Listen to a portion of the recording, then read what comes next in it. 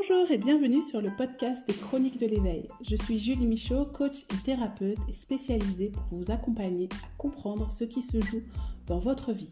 Pourquoi vous êtes en réaction, pourquoi vous ressentez ces émotions, vous apprendre à vous détacher du personnage principal pour enfin vous amuser à jouer les rôles de votre vie. Découvrez mes prestations sur le site www.juliemichaud.com ou plus de contenu gratuit sur l'éveil sur la page des réseaux sociaux Les Chroniques de l'éveil. N'hésitez pas à me faire des retours sur les différents épisodes ou à venir me parler en direct en message privé. Bon épisode! Bonjour, je suis ravie de vous retrouver pour ce nouvel épisode des Chroniques de l'éveil. Surtout après l'épisode 20 où j'ai vécu une prise de conscience en direct que j'ai osé, entre guillemets, que j'ai choisi de vous partager parce qu'il me semblait important que vous compreniez pourquoi il fallait être connecté à son corps, pourquoi c'était important de se connaître et de s'observer. Parce que je peux vous dire que cette libération que j'ai eue au moment d'enregistrer cet épisode, elle vient vraiment de loin et elle est vraiment extraordinaire dans mes ressentis d'aujourd'hui, dans cette sensation de liberté, de légèreté que j'ai depuis que je me suis libérée. Et vous avez vu que je n'ai rien fait de spécial au moment où je vous parlais, que c'est arrivé comme ça. J'ai rien fait de spécial, j'ai juste pris conscience, mis en lumière que finalement, en fait, le personnage que je jouais avant, inconsciemment, par protection, le mode de survie que j'avais pour me sentir en sécurité, donc c'est-à-dire que par habitude, par protection, j'avais tendance à vouloir être quelqu'un de bien, à faire en sorte que ce que je fais, ce que je dis, soit bien, soit tourné vers les autres, ne soit pas condamnable et soit plutôt discret, ne dérange pas les autres. Et en fait, en me libérant donc de plein de choses qui faisaient que je me sentais coupée de ma spontanéité. D'ailleurs, c'est très rigolo parce que pendant cette prise de conscience, j'ai vu comme des petites filles qui faisaient une ronde pieds nus et qui riaient, qui chantaient. Donc pour moi, c'était le signe de cette spontanéité que j'avais envie de vivre depuis des années et que je ne me sentais pas autorisée à vivre. Et en fait, c'est parce que petite, j'ai vécu des choses qui font que mon insouciance a été coupée très rapidement et j'ai dû avoir un niveau de conscience presque d'un adulte alors que j'étais enfant.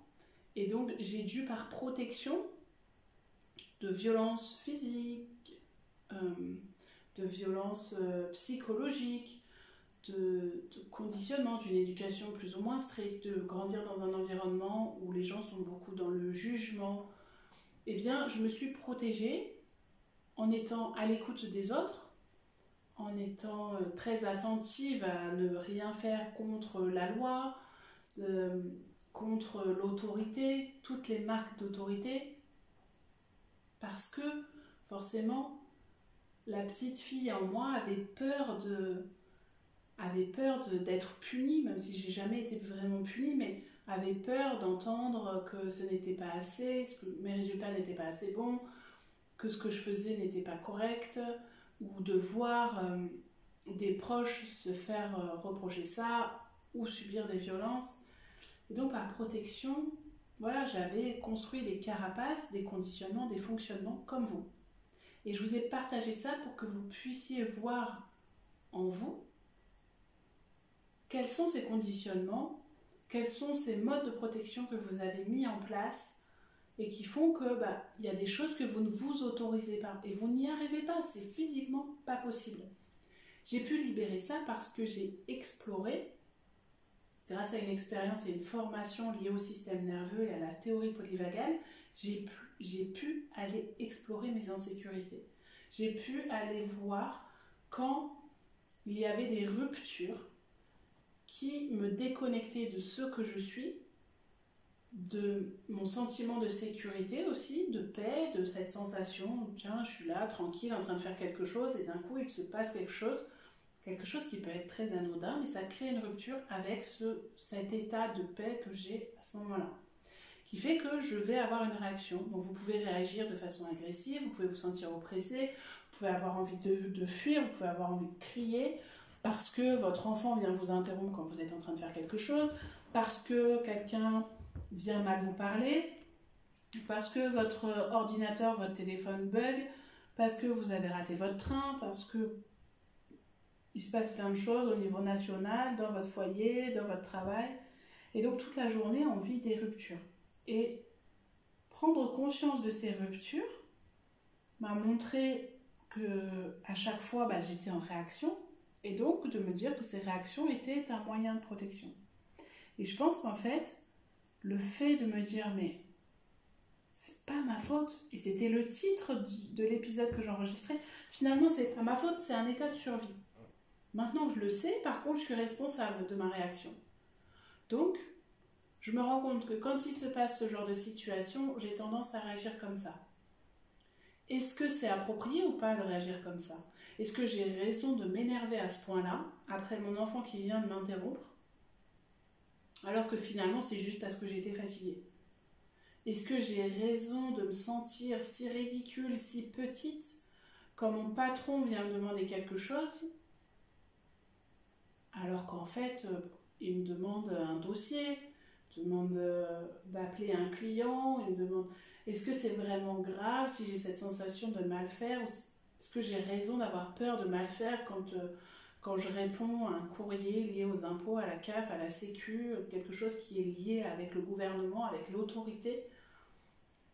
Petit à petit, en fait, vous allez vous rendre compte que finalement, vous pouvez faire des choses et que il n'y a aucun danger derrière. Mais votre cerveau, par habitude, par protection, il s'est dit que l'autorité, c'était dangereux. Parce que petit, vous avez vécu des scènes de violence. Que être immobile, c'était dangereux. Parce que petit, à un moment donné, vous avez été immobile et on vous a fait subir des choses. Ou que vous avez été immobile et que vous n'avez pas pu agir et ça a été dangereux. Ou peut-être que l'un de vos ancêtres a vu le corps inanimé d'un de ses enfants, de quelqu'un, et donc vous portez cette mémoire que ne pas bouger égale la mort. Il y a plein de raisons.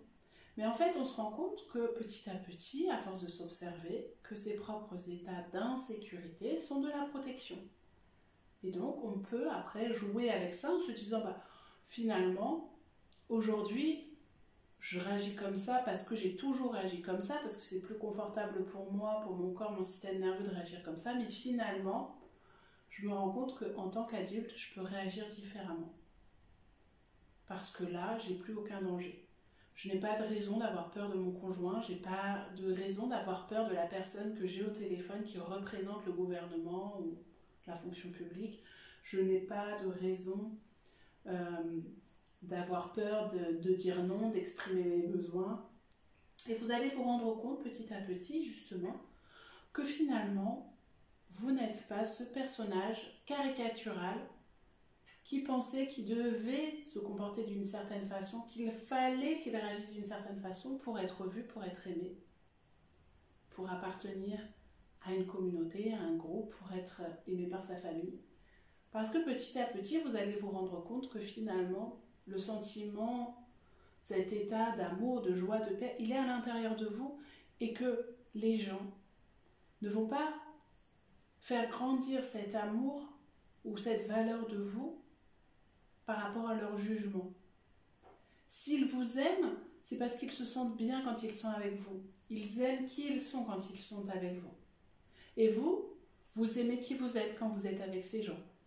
Donc oui, ce sentiment, ce ressenti d'amour augmente en vous.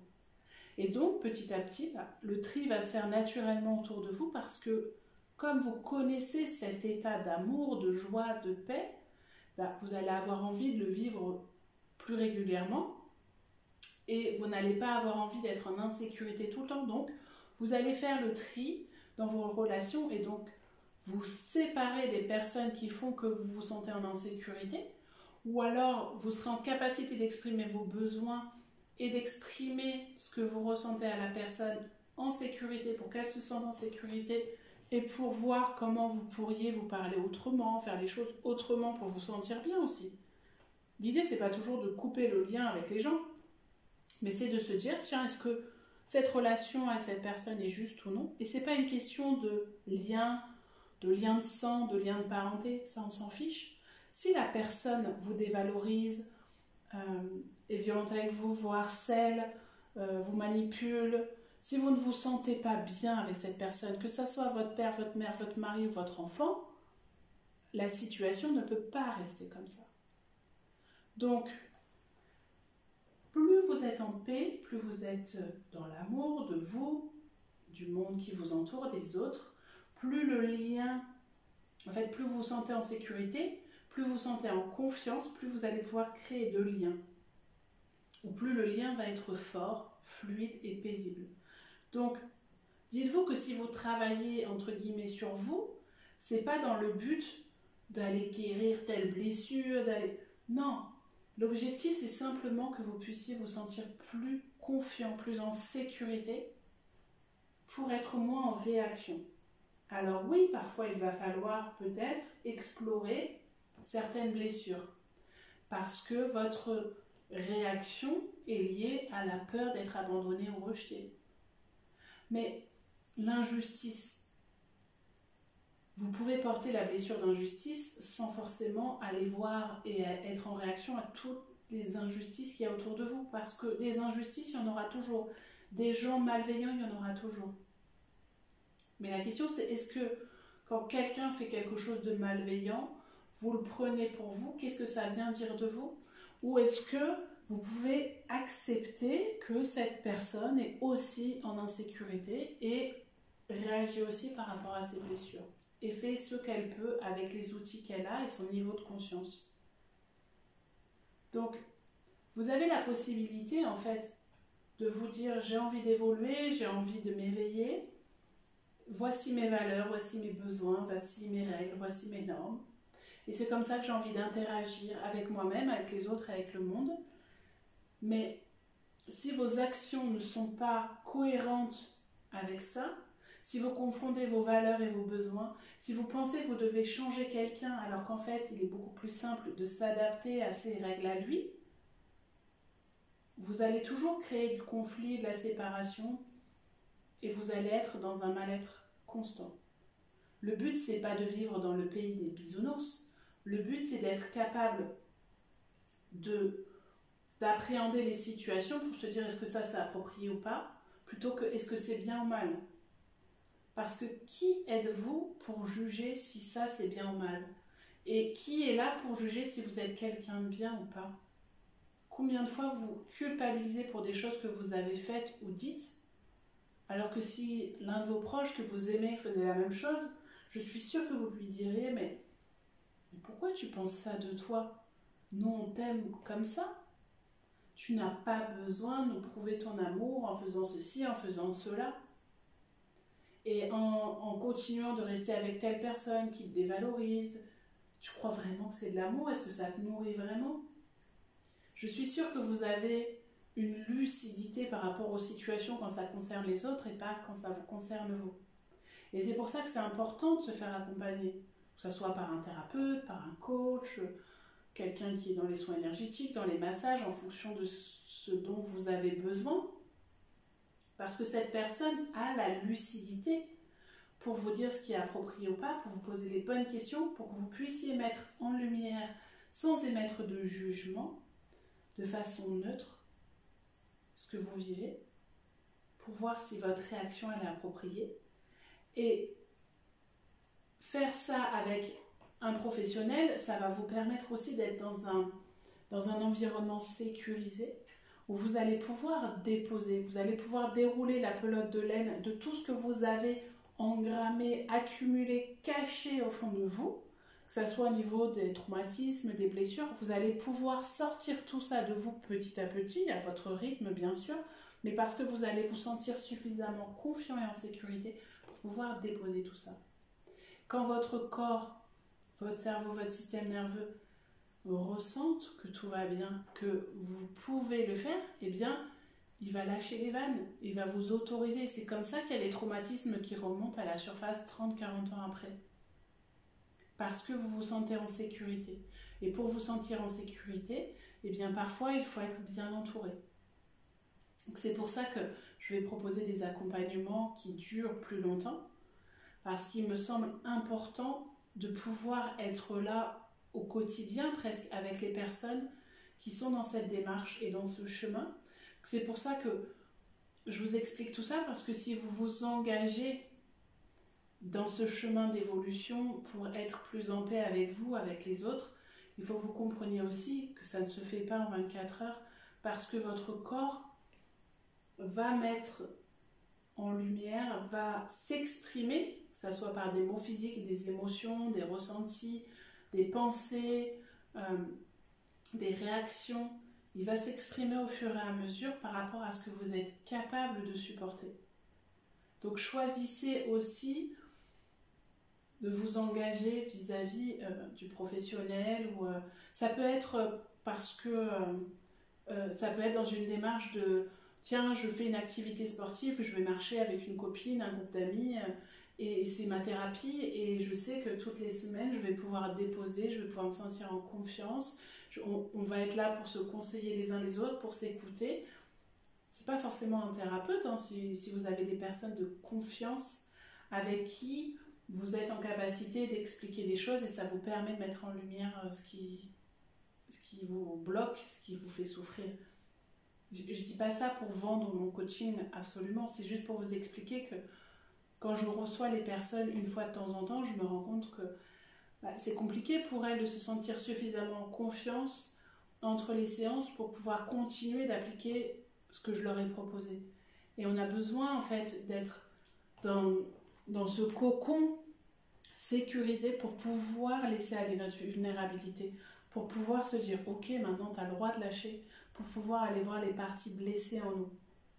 Donc il y a des choses qui peuvent se faire en autonomie, c'est pour ça que moi dans mes accompagnements généralement il y a cette période d'autonomie, parce que je vous propose aussi des exercices, des choses, je vais vous proposer des questions à vous poser pour que vous soyez face à vous-même et que vous soyez en capacité aussi, quand vous êtes en réaction, quand vous traversez des épreuves, d'avoir les réflexes pour pouvoir retourner dans un état plus paisible, pour pouvoir ensuite faire le point sur ce qui s'est passé. Et ne pas être que dans le ressassement et dans le mental, mais pourquoi moi, pourquoi ça m'arrive, comment faire, faut que je trouve une solution pour sortir de là, pourquoi il me fait vivre ça, mais je mérite pas ça. Et là, vous rentrez dans un engrenage où vous allez vous culpabiliser, vous juger, et vous allez faire vivre cette espèce de monstre caricatural qui dit que de toute façon, si vous êtes dépendante affective, c'est à cause de cette blessure du rejet, de l'abandon qu'il faut que vous allez voir, c'est peut-être à cause de votre père qui vous a fait ça, votre mère, et tatati tatata.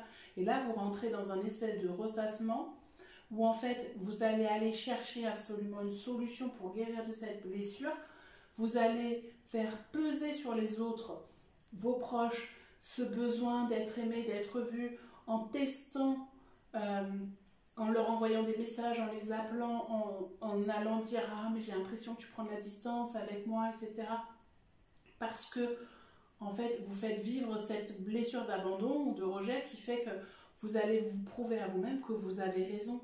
Sauf que ce n'est pas ni à votre femme, ni à votre mari, ni à vos enfants, ni à vos amis, ni à vos parents de vous apporter la solution, de vous faire dire que vous avez raison de croire que vous êtes nul, pas assez, pas digne d'être aimé. C'est simplement à vous de vous dire oui, effectivement, je sens qu'en moi, il y a cette partie qui est en souffrance. Je sens que j'ai besoin de me sentir aimée et j'essaye de comprendre comment ça se manifeste dans mon corps, et puis s'il faut, j'y vais pleinement. Ok, je sais, je prends conscience que j'ai ça. Et je me fais accompagner pour aller voir éventuellement d'où ça vient, comment je peux faire pour me sortir de ça.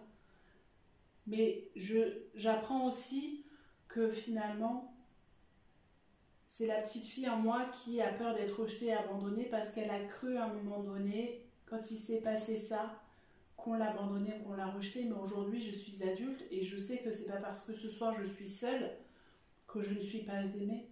Ce n'est pas parce que Cette amie m'a pas répondu qu'elle ne m'aime plus. Ce n'est pas parce que ma mère n'a pas été aussi présente que je le pensais à tel moment de ma vie que elle ne m'aime pas. Et en fait, vous allez aussi focaliser sur tous ces moments où les gens vous donnent de l'attention, où les gens vous aiment, les gens sont là. Et il va falloir apprendre à réguler ça, en fait, à vous dire que finalement, dans les moments où vous êtes seul, vous ne vivez pas de danger, vous n'allez pas mourir, il n'y a pas d'insécurité. Et peut-être utiliser ces moments où vous êtes seul pour vous ressourcer. C'est pour ça qu'il est important aussi, au-delà d'observer, au-delà d'explorer, mais de trouver ce qui vous ressource pour pouvoir naviguer entre les états et pour pouvoir être en capacité par moment d'être dans votre grotte, par moment d'être dans l'action, d'être dans l'énergie et par moment d'être dans cet état de paix qui vous permet d'explorer, parce que vous êtes en sécurité, ces blessures, ces conditionnements pour pouvoir vous en libérer. Et ça, c'est vrai que c'est plus facile à faire avec une personne qui est formée, qui a expérimenté. Mais si vous êtes en capacité de le faire parce que vous écrivez, parce que vous dessinez, parce que vous parlez, parce que vous exorcisez tout ça, c'est ok. Vous pouvez aussi le faire de façon autonome. Parce que vous serez plus facilement en capacité, quand ça se représente, d'adapter vos fonctionnements, d'adapter vos réactions petit à petit. Mais sachez que le jour où vous arrivez à vous libérer de ça, waouh, c'est vraiment magique. Mais demandez-vous toujours quelle est la réaction appropriée. Est-ce que ma réaction a été appropriée ou pas? Plutôt que est-ce que c'était bien ou pas? Quelle action nécessaire et appropriée je peux faire maintenant pour changer ce que je suis en train de vivre? Et peut-être pour éviter de revivre un schéma répétitif. Est-ce que je peux aussi accueillir l'idée qu'il y a des moments où j'ai besoin de recharger mes batteries? Est-ce qu'il y a des moments où je peux aussi accepter que je dois laisser mourir des fonctionnements parce que je n'ai plus besoin d'être dans cette insécurité, qu'aujourd'hui je suis adulte et je vis, même si tout n'est pas rose, mais je n'ai plus besoin d'avoir ces difficultés. Est-ce que je sais vraiment quelles sont mes valeurs et les actions qui en découlent? Est-ce que je ne confonds pas mes valeurs et mes besoins? Tout ça, c'est des notions qu'on aborde dans les accompagnements que je fais, parce que je me forme au quotidien pour apprendre tout ça, parce que j'expérimente ça. Parce que je me rends compte que souvent, on confond et on va revendiquer des choses qui sont fausses. Et on se fait du mal à nous-mêmes. Souvent, le pire bourreau, c'est nous-mêmes. C'est pour ça que j'aime pas trop cette notion d'être en compétition avec soi. On n'a pas besoin d'être en compétition ni avec soi ni avec les autres, parce que ça veut dire qu'on a quelque chose à prouver. Ça veut dire que pour avoir des résultats, pour être heureux, pour se sentir bien, pour être aimé, il faut mériter ça. Qui est le juge en fait de ça? Pour moi, il n'y a aucun juge. On n'a pas besoin de contrôler, on n'a pas besoin de juger, on n'a pas besoin d'être quelqu'un de bien. On a simplement besoin d'être vivant et de se laisser traverser par ses émotions, de se laisser traverser par ses pensées, de les observer, de se dire là c'est ok, là c'est pas ok. Et d'accepter qu'il y a des moments où on a eu des réactions, on a eu des comportements, on s'est peut-être trompé parce qu'on ne savait pas, c'était pas notre faute, mais qu'aujourd'hui on est responsable de ce qu'on crée, de ce qu'on ressent avec et proportionnellement selon les outils qu'on a en notre possession, selon notre niveau de conscience. Et c'est comme ça qu'on va pouvoir s'éveiller, élever notre conscience, c'est-à-dire se dire est-ce que ça crée de l'énergie, de la vitalité en moi? Est-ce que ça me fait me sentir plus vivant ou est-ce que j'ai l'impression de me détruire? Est-ce que je respecte mon corps? On veut respecter la planète, mais est-ce que déjà nous, on se respecte? La planète, elle avance selon son rythme. La nature, il y a une espèce d'intelligence dans la nature qu'on ne peut pas contrôler. Alors, est-ce qu'on pourrait essayer de lâcher tout ce besoin de contrôler, de maîtriser? Est-ce qu'on pourrait être simplement dans l'instant présent pour se dire, bon bah là, j'ai envie de vivre ça, j'ai envie d'être ça, qu'est-ce que je peux faire maintenant? Et vous allez voir que plus vous allez être dans cette dynamique, qu'est-ce que je peux faire maintenant? Ah, je pourrais faire ça. Ah, mais là, je sens physiquement que ça me bloque, je sens que ça me fait peur. Ah, mais pourquoi ça me fait peur en fait? Et si je changeais l'histoire que je me raconte par rapport à ça? Est-ce que j'ai toujours aussi peur? Et c'est tout ce travail qu'on fait quand on vous coach, quand on vous accompagne en thérapie. Maintenant, c'est à vous de voir si vous avez envie de continuer à subir votre vie ou si vous avez envie de faire évoluer les choses en vous faisant accompagner ou en vous éveillant, en écoutant des conférences, en lisant des livres et en mettant des actions en place, en expérimentant, vous trompant. C'est comme ça que vous allez comprendre la vie, comprendre ce que vous êtes. Et en fait, on n'a que ça à faire, expérimenter la vie. Et vivre en conscience pour se dire, bah là, c'était pas terrible, c'était pas trop approprié ce que j'ai fait. C'est pas grave, je ferai mieux la prochaine fois. Là, avec mon enfant, j'ai fait de mon mieux. Par rapport à là où j'en étais, par rapport à l'état dans lequel j'étais. Si je n'ai plus envie que ça se reproduise, eh bien j'ai la conscience de me dire que la prochaine fois, je serai plus attentive à ses besoins, je serai plus présente avec lui, je ne lui ferai pas peser ma fatigue, mon énergie, je saurai mettre des limites, je lui poserai le bon cadre, voilà, enfin peu importe. Parce que chaque histoire est unique, chaque personne est unique. Donc, par contre, il n'y a pas de recette magique. Il n'y a pas de formule clé en main à vous vendre pour gagner plus d'argent, pour être plus heureux, pour tomber amoureux, pour que ça soit plus simple dans vos relations. C'est qu'est-ce qui est approprié pour vous aujourd'hui, de quoi vous avez besoin de vous libérer, de quoi vous avez besoin de vous autoriser pour être plus vous-même dans votre authenticité. Qu'est-ce que vous avez envie de vivre? Qu'est-ce qui vous donne de l'élan? Qu'est-ce qui donne du sens à ce que vous vivez, à ce que vous ressentez, à ce que vous faites? C'est ça qui est important. Le reste, on s'en fiche en fait. Non? Merci pour votre écoute et à très vite pour un nouvel épisode.